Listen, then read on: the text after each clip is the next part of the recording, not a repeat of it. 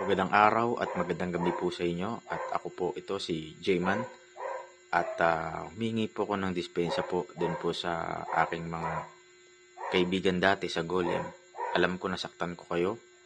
At marami po ko nasabi na hindi po kasang-ayon ng inyong kalooban.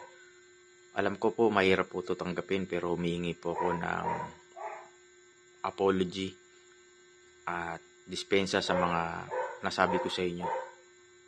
At buong puso po ito na meron pong katapatan at pagsisisi sa mga nabitawan ko pong salita sa inyo. Ganun po kay Ma'am Rachel, kay Sir Stephen, kay Sir Nemuel, kay Sir Warren, kay Mandirigma, gayon din kay Coach Ricky, at sa mga taong sumusuporta din sa inyo, na mga nasaktan ko din, gayon din sa mga kumikilala sa inyo.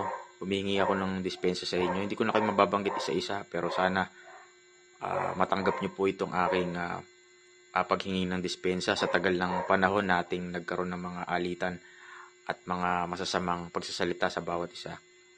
At maraming salamat po sa inyong suporta po sa akin noon. Kayo po ang naging unang pamilya ko dito sa social media. Maraming salamat po. At humihingi po ako ng dispensa sa lahat po ng aking mga nasabi. At ginagawa ko po ito upang tayo po ay manumbalik na sa ating mga maayos na pamumuhay. Alam ko po hindi nyo po ito basta-basta matatanggap, pero sana po maunawaan nyo po ang aking mga sinasabi.